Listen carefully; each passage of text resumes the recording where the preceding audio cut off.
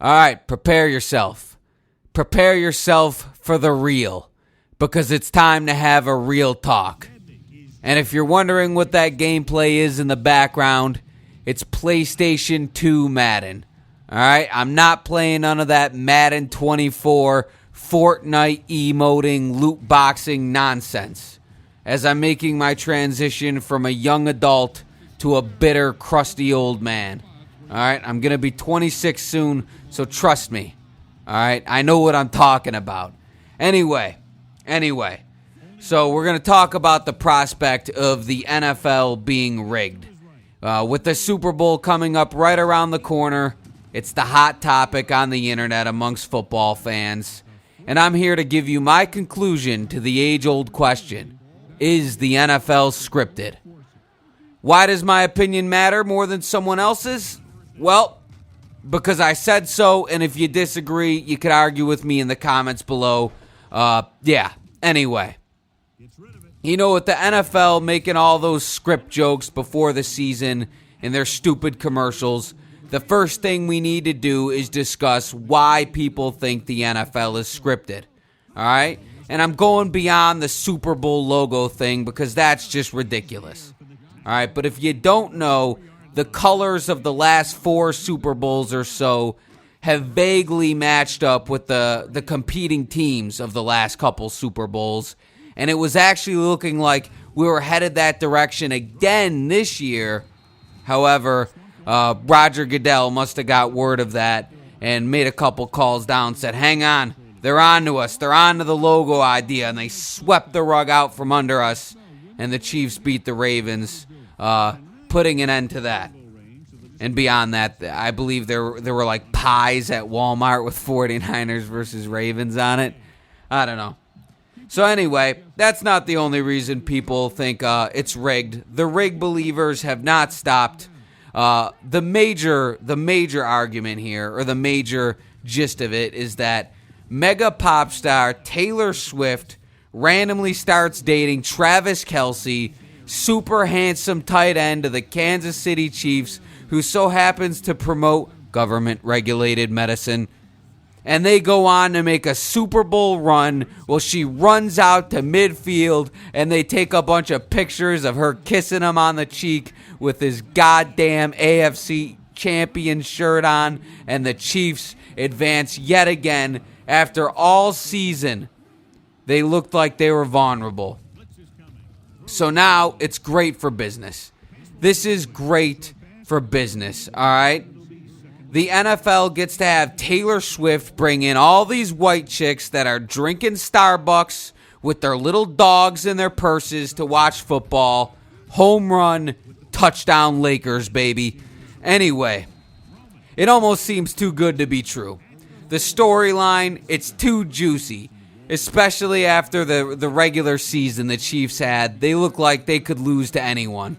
And all of a sudden, they're in the Super Bowl again. All right? And it's not the same on the other side with Mr. Irrelevant Brock Purdy putting his meat in Cam Newton's mouth after he dared to call him a game manager. Just had to bring that up again. All right? So now, is the NFL rigged? Are they fixing games like the WWE? Is it too good to be true? Well, if it were to come out as rigged, it would be an absolutely astronomical story because of the amount of money people are sinking into it, the sports betting apps, the casinos, the gambling addicts, the lawsuits. I mean, it would be absolutely madness if the big charade were to come collapsing down. And that's the thing with it. That's the thing with the NFL. There's thousands and thousands of employees. There's a bunch of players, a bunch of coaches. There's just too many people involved for it to be fixed, at least fully fixed. It would have been bound to collapse at some point. As a matter of fact, it would have collapsed already. You got all these people coming from all sorts of different backgrounds, different walks of life, different experiences, and different morals. There's no way for all those people to all come together and fix the outcome of the games, and especially while keeping that a secret from their families and their loved ones. It would just be too much. We could immediately rule it out being fully rigged, like like the WWE or something. Players aren't dropping balls on purpose, and they're not missing kicks on purpose. All right, it's too risky for an already billion, trillion, gazillion dollar business. I mean, whether the Chiefs make the Super Bowl or not, it's still going to make billions and billions and billions and billions of dollars, right? The Super Bowl could have been Panthers-Chargers. It still would have made billions, all right? And I'm not saying that they don't want to capitalize on every possible cent that they could get off you. Because, I mean, it's a fact. Not only do you need NFL Sunday Ticket, but you also need Hulu or some shit for your local channels and your local teams. You also need Amazon Prime if you want to watch the Thursday night games. And don't forget there's Peacock games every once in a while. Oh, and if you want to watch the preseason, it's some other fucking app. And that's got to be less than half the apps if you want to fully submerge yourself in the National Football League semen. All right? So with that being said, the real answer is no. The NFL is not fully scripted. However, the NFL does have preferred outcomes. I mean, there's no doubt in my head that when the Kansas City Chiefs beat the Baltimore Ravens, Roger Goodell did a handstand naked and came in his own mouth in pure bliss, just knowing the absolute best case scenario for the money-making machine of the NFL just came to fruition. All right? Now, there is one caveat here that I'm open ears on. All right? And that's the referees. That's those bastardly referees. All right? And I'm not sure if they're informed on who the preferred winners are, or if they're given the betting odds, or maybe they're secretly betting on games, some of them. You know, that was an issue that happened in the NBA a few years back. So it's a real possibility. All right. And I think in that melting pot of referees who don't make that much money, there's some crooked ones in there getting some dough on the side, if you know what I'm saying.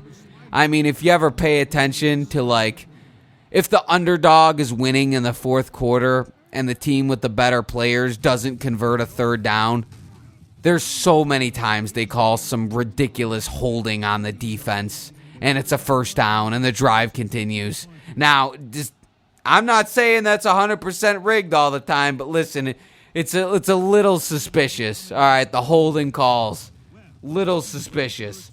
So the real answer is, and the real truth is, the NFL does not completely purposefully rig games to determine the winner and loser.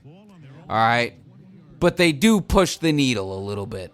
There is a preferred winner, and that's not decided before the game, but I do believe the referees push the needle a little bit in that direction, you know. Now, but it also doesn't ultimately determine the winner and loser. So, how you feel about that is how you feel about it. All right? And, you know, that's all I got to say. That's all I got to say. Sorry if that's not the satisfying drama you wanted, but I just wanted to get those thoughts out there. Anyway, that's it.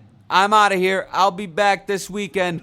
I'm ranking every single quarterback in the motherfucking league. Every single one, 32-1. And there's going to be some fucking controversy, you hear me? No, there's not. No one fucking watches me. So who gives a fuck? All right, I'm out of here.